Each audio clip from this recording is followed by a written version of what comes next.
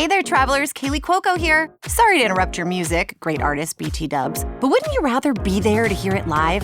With Priceline, you can get out of your dreams and into your dream concert. They've got millions of travel deals to get you to that festival, gig, rave, sound bath, or sonic experience you've been dreaming of.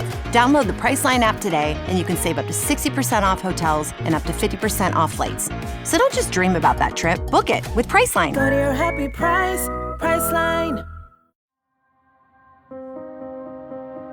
Hello and welcome to All Indians Matter. I am Ashraf Engineer. A lot has been written and said about the decline of India's democracy, and I've tried to explore some of that in the previous 2 episodes of this series on India's democratic backsliding. In this final episode of the series, I wanted to examine how it affects our international relationships. Because it's not just you and I who care about the erosion of national values, but also our allies. What we are determines how other countries work with us. The West has long seen India as a counterbalance to China. However, the wearing away of India's democratic credentials would alter how it is seen globally and maybe even prompt the West to review the relationship. After the collapse of the Soviet Union and India's economic rise, its once stagnant relationship with the US was reviewed and eventually grew into a wide, multifaceted strategic partnership. This included even military cooperation, which we are seeing in various forms, including the Quad alliance between India, the US, Japan, and Australia. Over time, the US and India found that their diplomatic, defense, and other interests are complementary. So, as is often said, ties went from being as quote-unquote flat as a chapati to one of the defining partnerships of the 21st century. There were several reasons for this. Communism shattered and India awakened its economy in 1991 through liberalization under Prime Minister P.V. Narasimha Rao and then Finance Minister Manmohan Singh. That made India interesting for the West. As India displayed its nuclear capability, the US helped incorporate India into the global civil nuclear regime, despite its refusal to sign the Non-Proliferation Treaty. Today, India and the US work together on fronts as diverse as education and space. The Indian military conducts more joint exercises with the US than any other country, and bilateral trade grew from $20 billion in 2000 to $129 billion in 2024. While I've already outlined some of the reasons for this, the foundation of this relationship was a commitment to democracy. That is what greased the wheels of regional security cooperation and the flow of capital, goods, and services. Today, India and the US are invested in each other's success. However, as we've seen in this series, India's democracy can no longer be taken for granted. I'm not suggesting that the US is doing great on that front either, but the anxieties about democratic backsliding will not leave the relationship untouched. America is struggling too, but its institutions are stronger, the country is richer, and it has a longer democratic heritage. So an erosion of democracy in India will certainly impact its ties with the US and with the rest of the world. All Indians matter. Democracy is the underpinning of relations between India and the West. For example, central to the US-India narrative is that one is the world's oldest democracy and the other is the largest. This foundation led to the assertion that the two countries are natural allies. The term was first used by then Prime Minister Atal Bihari Vajpayee during a visit to the US in 2000. Prime Minister Manmohan Singh repeated the sentiment in an address to a joint session of the US Congress in 2005, and it's been the narrative since then. The Joe Biden government's 2022 national security strategy said the US must work with like-minded states in, and I quote, creating a latticework of strong, resilient, and mutually reinforcing relationships that prove democracies can deliver for their people and the world. Stop quote. India's message has been similar. In Manmohan Singh's 2005 address to the US Congress, he said, and I quote, as democracies, we must work together to create a world in which democracy can flourish. Stop quote.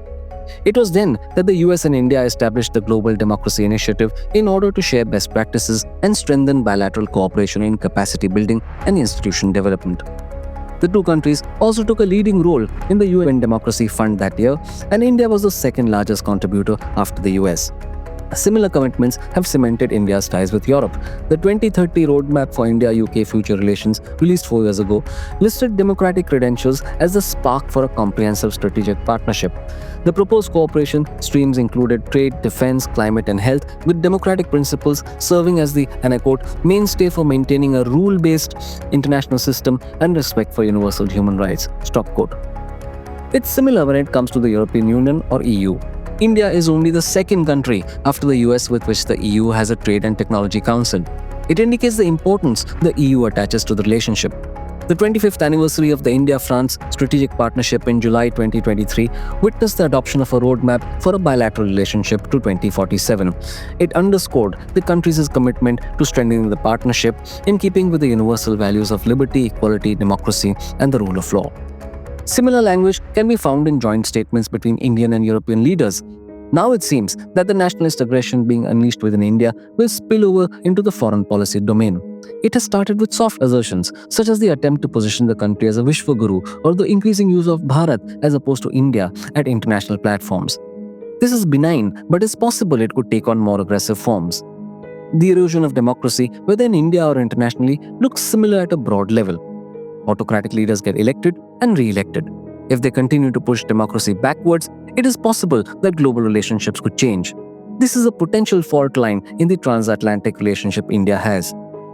Further backsliding in the world's largest democracy imperils social stability and erodes the foundations of the US-India relationship. So far, the decay has not resulted in a major shift in the way the West looks at India.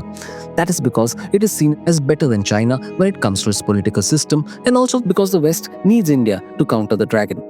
However, the weakening of democratic foundations through constitutional changes, attacks on minorities, undermining of the federal structure, capture of institutions, etc., would change how India is perceived.